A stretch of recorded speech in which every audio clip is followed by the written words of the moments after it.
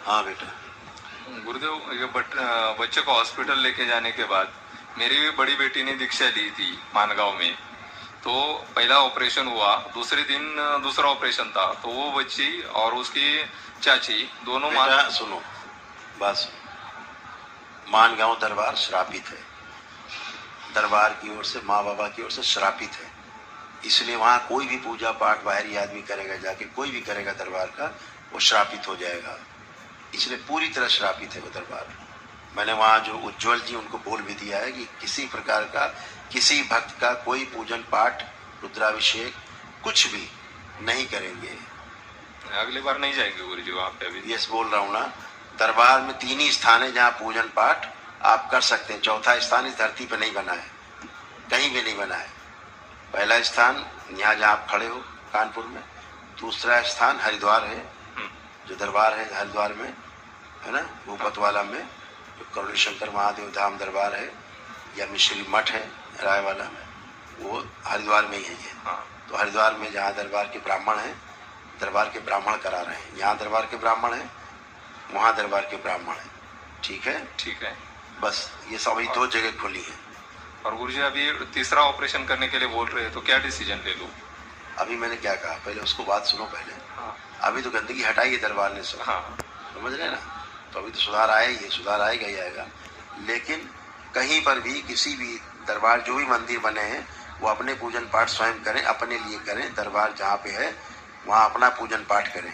ठीक, आदमी दर्शन कर ले कोई बात, लेकिन कोई पूजन पाठ वर्जित है, क्योंकि पूजन पाठ करने के लिए जिस एनर्जी की आवश्यकता होती है, ना वहाँ है ना कहीं है।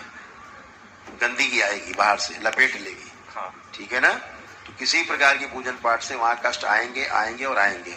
श्रापित है दरबार, उनको मना किया गया है कि बिल्कुल भी ना करें। ठीक है, ठीक है। क्योंकि इस तरह से समस्याएं सभी में आ रही, बहुत केस आ चुके हैं। मैं उनको मना कर चुका हूँ कि बिल्कुल भी ना करें कोई भी। अभी उन्होंने अभी सुबह ये रुद्राभिषेक कराया होगा उन्होंने वहाँ। रुद्राभिषेक किया होगा आप लोगों ने वहाँ पे रुद्राभिषेक किया था। हाँ, तो फिर इसीलिए मना किया जा रहा है बार बार। आपके बच्चे की 2 सर्जरी हो गई ब्रेन की, धड़ाधड़, और फिर तीसरी के लिए तैयारी थी, तो इससे बचना है। मैंने उनको बोला है कि बिल्कुल भी वहाँ नहीं करें। उनको मैंने मैसेज भी डाल दिया था। ठीक है, तमाम लोग खड़े आकर के कष्टों में भर के चले आ रहे हैं वहाँ से। जो भी वहाँ जा रहा है कष्टों में भरा खड़ा है, फड़फड़ा रहा है, मर रहा है, तो बिल्कुल बंद है। कोई भी उनको अधिकार नहीं है ना वहाँ पे कि कोई पूजन पाठ इस तरह का किसी भक्त का करे।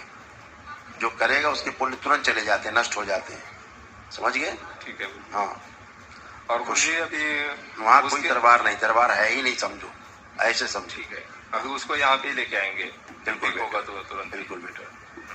कुछ और जो नोएडा में है, माइचा में, वहाँ दरबार, वहाँ बहुत जल्दी वैदिक प्रक्रिया जो दैनिक नित्य की है वो सब शुरू करा रहा है।